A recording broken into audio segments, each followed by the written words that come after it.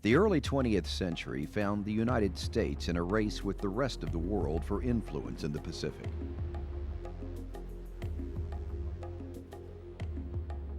America, England, Russia, France, Holland, and Japan all vied for territorial holdings in the region.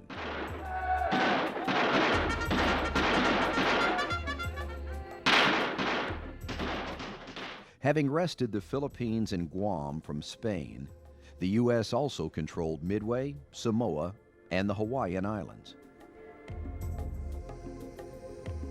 In addition, all of these nations were competing for power in China. In 1900, the Boxer Rebellion led to the killing of missionaries, diplomats, and other foreigners living in China, and opened the door for other nations to send in an expeditionary force of 19,000 soldiers.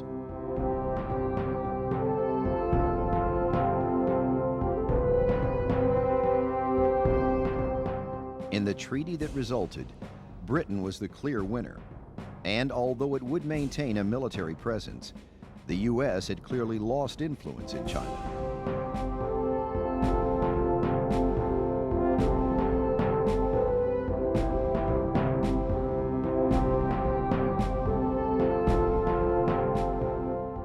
This fact, coupled with having her resources in the Pacific consumed at an unexpected rate trying to put down an independence movement in the Philippines, induced the U.S. to order all its territories in the Pacific closed to foreign investment.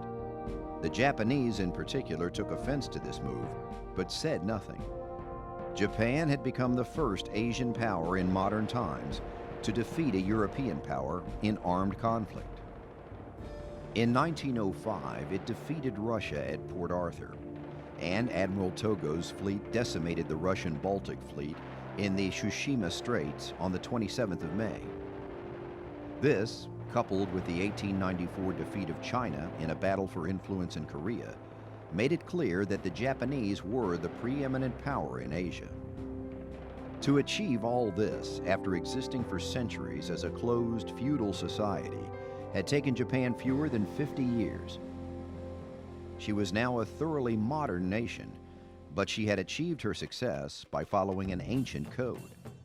In her two great military victories, Japan had made good use of an old martial principle of the samurai: win first, fight later. The outbreak of the European War in August 1914 provided the Japanese with yet another opportunity to expand their interest on the Asian mainland. Japan's decades-old treaty with England did not specifically apply to European hostilities. The Okuma cabinet in power in Tokyo was quick to declare war on Germany, seeing an immediate opportunity to gain a foothold in China proper by annexing German leaseholds and concessions in China. Within 2 weeks after their declaration of war against Germany on 23 August, Japanese forces landed on the Shantung Peninsula and immediately moved toward Qingdao and Jiaozhou Bay. Japan took the German colony of Cao in the Chinese province of Shantung, then in quick succession, the Mariana, Marshall, and Caroline Islands. Japanese warships cruised the Pacific looking for German ships, but never engaged any. All the while, Japan worked to consolidate her territorial gains by signing secret agreements with all the major powers, except the United States. The surrender of Germany restored peace to the world, but the treaty did little more than set the stage for future conflict. The Treaty of Versailles, which the United States refused to sign, allowed Japan to keep almost all her possessions. The United States, on the other hand, steered for itself a course of isolationism, on which it would remain for 20 years.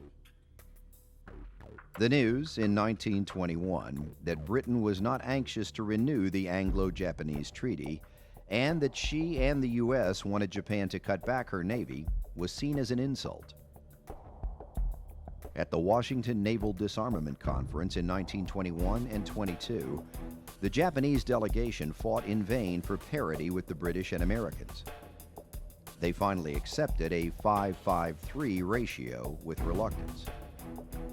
Yet now, the Imperial Japanese Navy was the third largest in the world. Her army was second only to France. Also, the British and Americans were limited to their existing bases, but Japan had control over a large number of ex-German islands in the Western Pacific. The British reserved the right to fortify Singapore, and the Americans had Pearl Harbor, but it was clear that both navies would find it very difficult to wage an effective naval war against Japan. In common with the other navies, the Japanese set about planning a new generation of warships to comply with the limitations. With boundless self-confidence, they tried to produce ships which were superior to all possible opponents.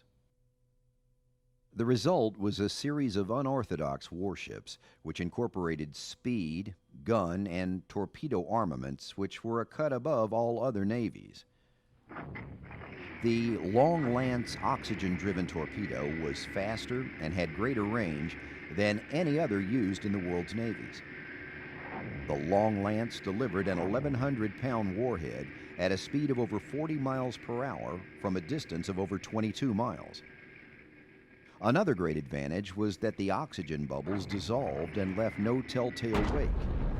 The very existence of this rugged and reliable weapon was an important tactical advantage for the Japanese in the Pacific in 1942 and 43. Another example of Japanese foresight in weapons development was the introduction of a dual-purpose gun mount for destroyers. It took 6 years before the Americans could develop a similar weapon. The Japanese laid down their first aircraft carrier in 1919. The first effective fleet carriers were the Akagi and Kaga, both salvaged from other classes of ships after the signing of the Washington Treaty. As completed, they both displaced 29,600 tons and carried 60 aircraft. Like the American Saratoga and Lexington, they took maximum advantage of the clause in the treaty about armament and had 8-inch guns. This was a dubious asset on any aircraft carrier, since any other ship within range of the guns could destroy the thinly armored carriers. An even larger type, Taiho, was ordered in mid-1941. The most important difference was the inclusion of an armored flight deck similar to that of the contemporary British Illustrious class. Despite all the expansion, the number of carriers remained too low for comfort. The Japanese made provisions for future needs by designing fleet support vessels, such as submarine tenders, which could be converted to carriers.